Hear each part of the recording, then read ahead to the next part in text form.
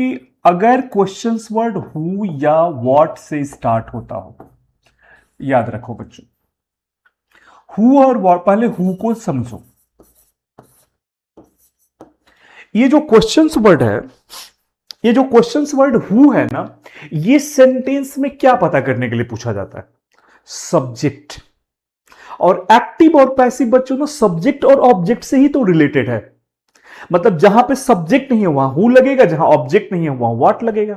और हम क्या करते हैं, सब्जेक्ट ऑब्जेक्ट को चेंज करते हैं। अब बच्चों बड़े ही आसान भाषा में इन दोनों को समझाने वाला हूं। अगर आप ये समझ गए तो फिर आपको कोई इश्यूज नहीं आएगा।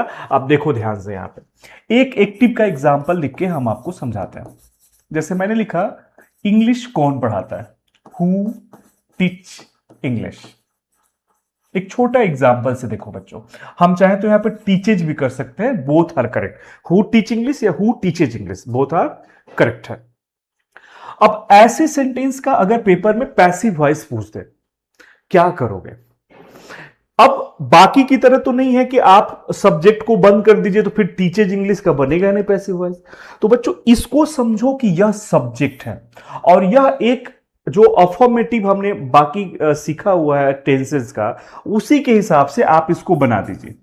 ये जो हु वाला कंसेप्ट है इसको बेटा आप कर लो। यहां पे मान के चलो कि ये है कोई नाम है, मान लो चलो कि राम टीचेज इंग्लिश। अब उसको हम कैसे बनाते हैं? इंग्लिश लाए यहां पे, इंग्लिश के साथ टीचेज है तो इज, टीच का थर्ड फॉर्म हो गया टॉट, और फिर हमने लिखा बाई, और हु इधर जाएगा तो हुम बदल गया। एक यह तरीका है, बट बच्चों ये पूरी तरह से सही नहीं है, क्योंकि जनरल रूल यही कहता है कि जो इंट्रोगेटिव वर्ड है ना वो पहले आता है।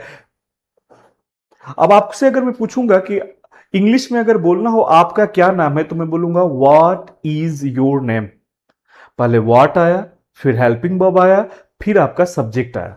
मैं कहूं कि आप कहां जा रहे हो, तो मैं बोलूंगा where are you going.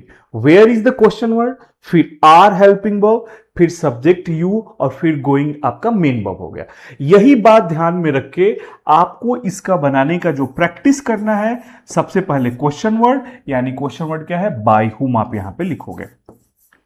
By whom के बाद क्या लिखना है? Helping verb. हेल्पिंग वर्ब क्या है? इज। उसके बाद क्या करना है? सब्जेक्ट। सब्जेक्ट हमारा इंग्लिश है तो लिखेंगे इंग्लिश, ऐसे लिख देंगे। और फिर मेन वर्ब हमारा क्या है? टॉट।